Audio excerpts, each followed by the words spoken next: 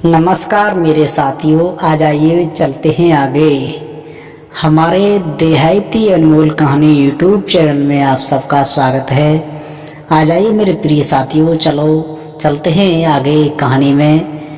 एक श्री तुलसीदास और एक औरत की कहानी लेकर चल रहे हैं। बहुत अच्छी कहानी, इस कहानी को ज़रा पूरी ज़रूर सुनना और हो सकता है तो आगे के लिए शेयर ज़रूर करना और अपना आशीर्वाद इस दास के ऊपर बनाए रखना।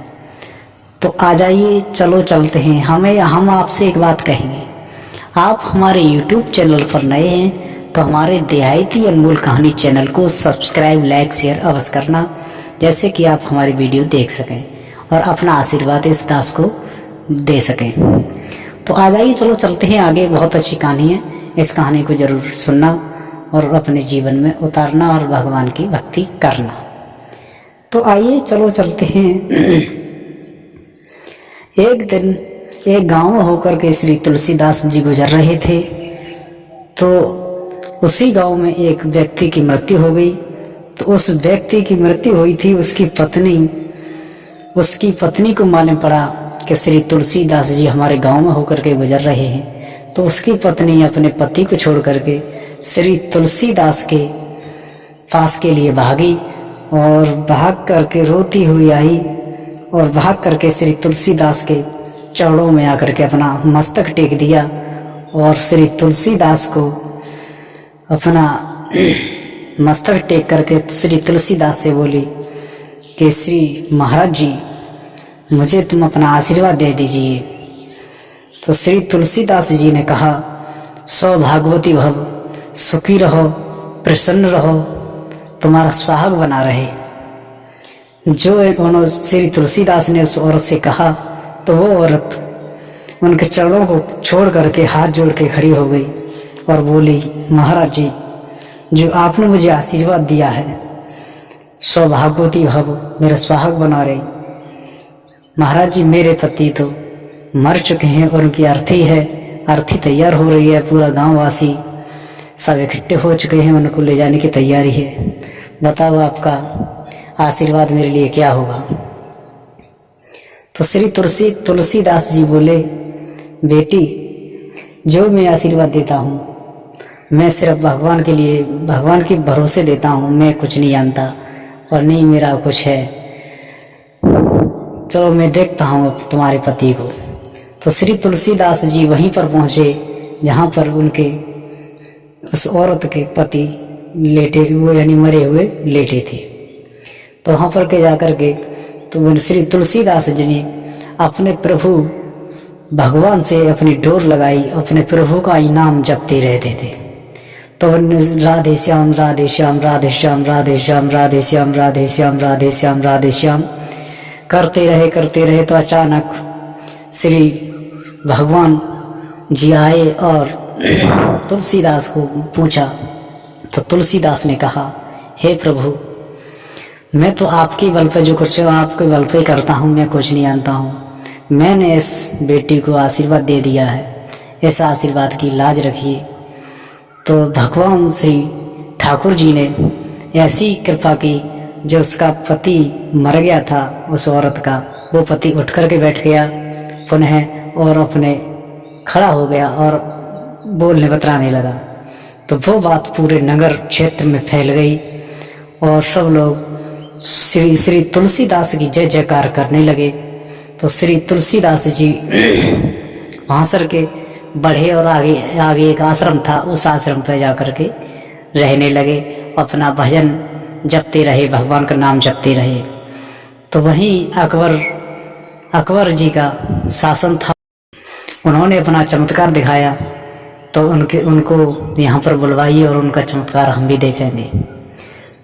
तो अकबर जी ने श्री तुलसीदास के पास जी खबर भिजवाई कि आपको अकबर जी बुला रहे हैं और आपका चमत्कार देखेंगे और आपको दर्शन करने के बुला रहे हैं।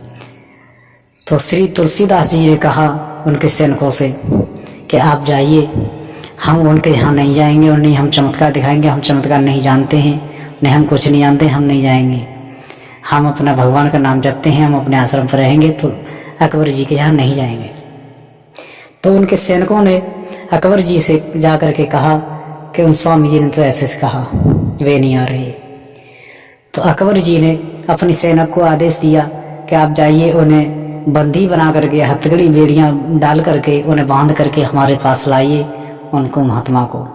तो उनके सैनिक आए, श्री तुलसीदास को सांकरों से और हथकड़ियों से बांध करके अकबर जी के पास लेके पहुँचे और कहा अकबर जी ने, श्री तुलसीदास जी आप हमको भी चमत्कार दिखाइए, आपका चमत्कार कैसा है, आपका नाम सुनना है, आप चमत्कार नहीं दिखाएंगे तो हम आपको जाने नहीं देंगे। तो श्री तुलसीदास ने कहा, भाई अकबर जी मैं नहीं चमत्कार जानता हूँ, नहीं मैं कुछ नहीं जानता हूँ, मैं तो सिर्फ भगवान का नाम लेना जानता हूँ, भगवान का नाम जपता रहता हूँ। आप जो कह रहे चमत्कार में चमत्कार कैसे दिखा दूँ, जानता ही नहीं हूँ, क्या दिखाऊँ। तो उन्होंने बात नहीं मानी। तो अकबर जी ने काल कोठरी में श्री तुलसीदास जी को डाल दिया और बाहर से ताला लगा दिया। तो श्री तुलसीदास जी काल कोठरी में अपना आसन लगा करके बैठ गए और श्री हनुमान जी की हनुमान चालीसा पढ़ने लगे।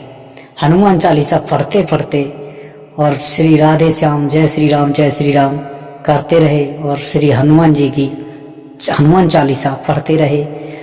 तो उनके हनुमान जी के सैनिक बंदर, इतनी हजारों की संख्या में बंदर आए, अकबर का शासन बंदरों ने चारों तरफ से घेर लिया और हनुमान जी अनेक रूप बना के हनुमान जी आए।